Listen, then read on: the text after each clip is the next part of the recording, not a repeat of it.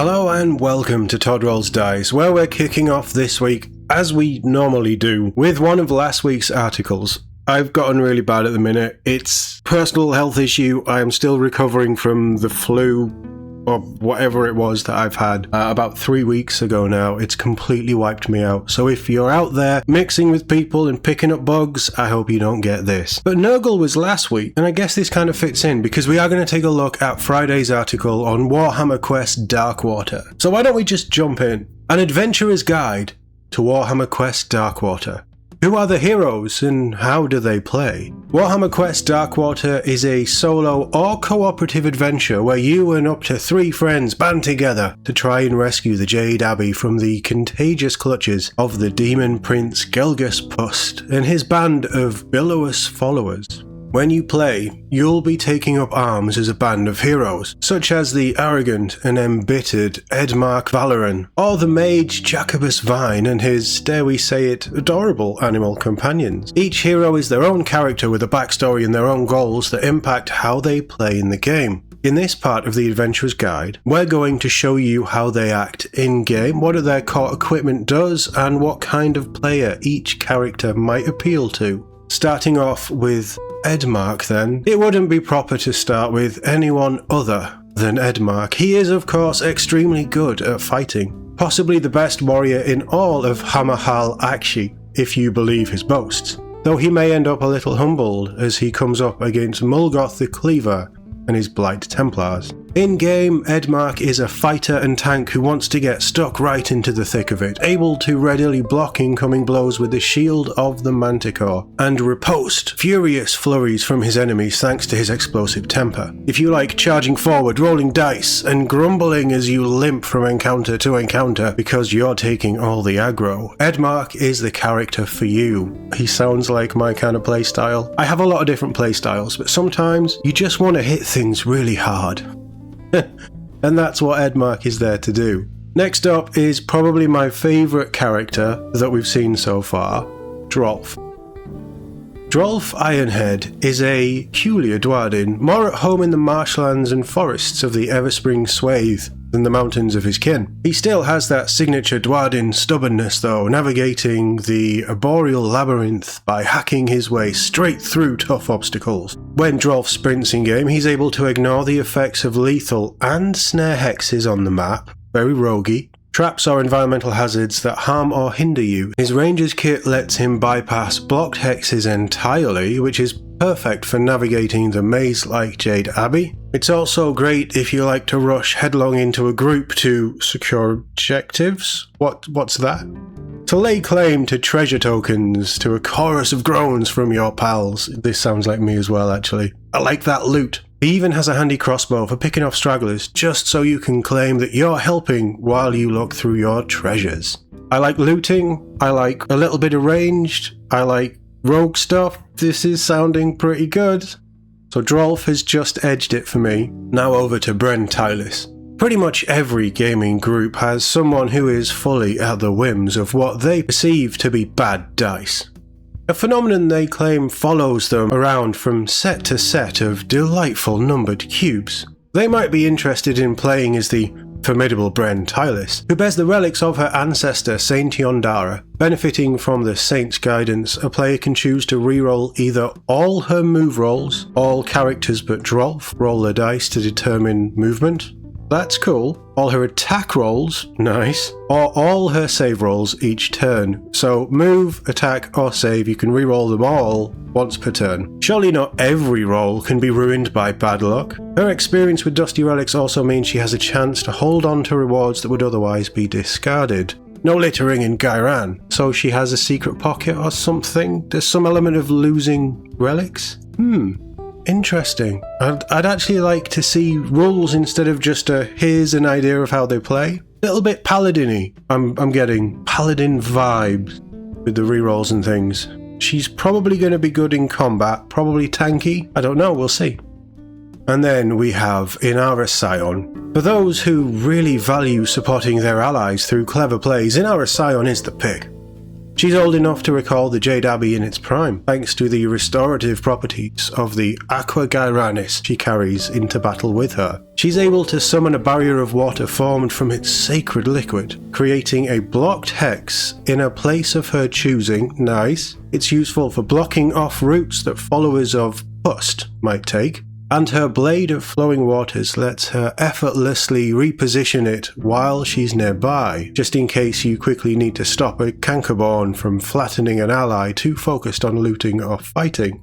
So that makes it sound like the blade of flowing waters is a spiritual weapon. I'm using D&D terms here because that's where my brain goes, but it sounds like it's a separate entity to her. Maybe it has a token or something. These are the first 4 fighters, but that's not the whole roster. You will eventually unlock 3 more heroes you can use in-game, each one bringing extra playstyles to the table. Drasha Vaughn.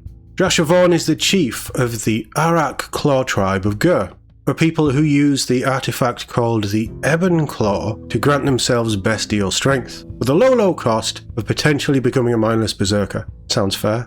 While the Ebon Claw has ensured that his tribe has thrived over the years, it has also caused them to lose their humanity, and so he journeys to the Everspring to purify it, and why not vanquish some Nurgle worshippers on the way? As Drasha takes damage, and as enemies are slain, his fury builds until he explodes in a whirlwind of rage. If there's not much action, Drasha can use the Ebon Claw to self-flagellate. Okay, I see what he's into. Building his fury that way, so he's a berserker. Even more so than Edmark, Drasha is a character for those in your party whose answer to every question is, what if I hit it really hard? There's one of those in my group. Yeah, there's one of those in my group. Interesting playstyle, sounds great. I wonder if you take damage to keep yourself in that enraged state, because that is a real risk and reward mechanic. And then we have Kelthanor. If you just like being different, why not opt to play as a quadruped in a game of bipeds? A centaur body means more reliable movement, and the stability to fire a bow while on the move. Oh, that's a good point, actually. So Kelthanor is your choice if you like mobility and aiding your allies from afar, a playstyle that I like. I love ranged stuff and being that hunter type. The Forest Prince is a Kenothi who has fully committed himself to taking the head of the Prince of Swords and will not rest until he succeeds. A master of mobility, he's able to charge through and leap over lesser foes like they aren't there, all while letting loose a volley of arrows with unerring accuracy. Despite his aloofness, Kelthanor is more than happy to energize his allies with his hunting horn, causing them to move a hex. Okay, nice. It might not sound like a long way to this bounding centauroid, but the two-legged folk need all the help that they can get. Interesting, so he has great range damage, don't get him into melee combat, and he can buff his allies with his horn, and it sounds like that extra movement could be crucial. That's 3 I'm definitely wanting to play now. That's cool. Really, really cool. And then finally, we have Jacobus Vane. Vine? Vane?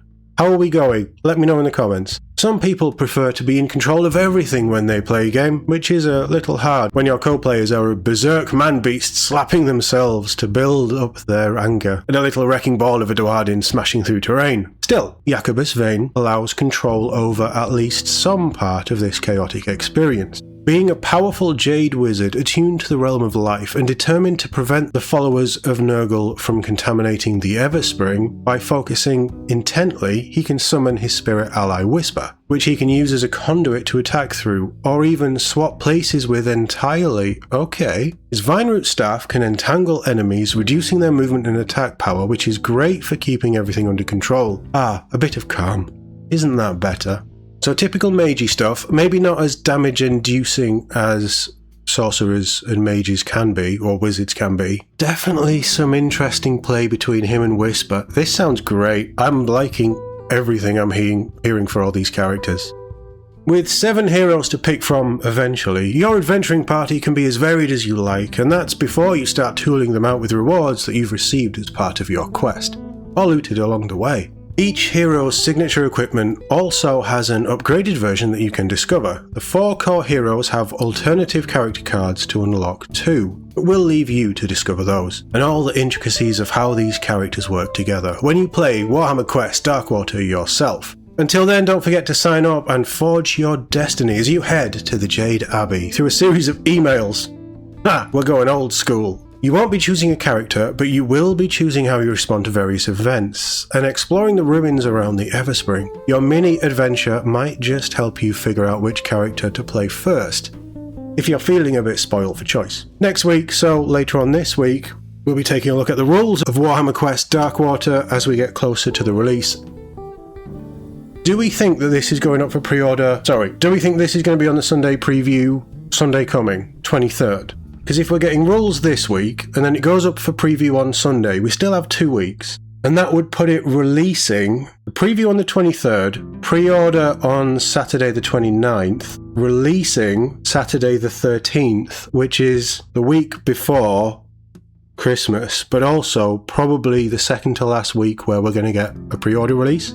So it could be then, it could also be Saturday the 20th, so we have another couple of weeks of drip feeding things before the huge previews. I think this is coming out before Christmas. I don't know how close to Christmas it will be releasing. It could be a week before, it could be a couple of days before. But I would put money, if I had any to put, on this being up in a Sunday preview, next one or the one after. It's in the Christmas gift guide, so it's definitely coming, or the idea is it's coming before Christmas, in my eyes. This all sounds great. I love these articles. I love this kind of cooperative style game where you're up against it. You can be solo play, which sounds fantastic. And honestly, that's probably how I'm going to play it most, but I just love the idea of getting a group of friends together and everyone has a character, someone DMing it and doing the villains, just playing through the campaign. I think that this is going to be amazing, and everything that I hear has me more excited. This is looking like one of my favourite releases for Warhammer in a very long time.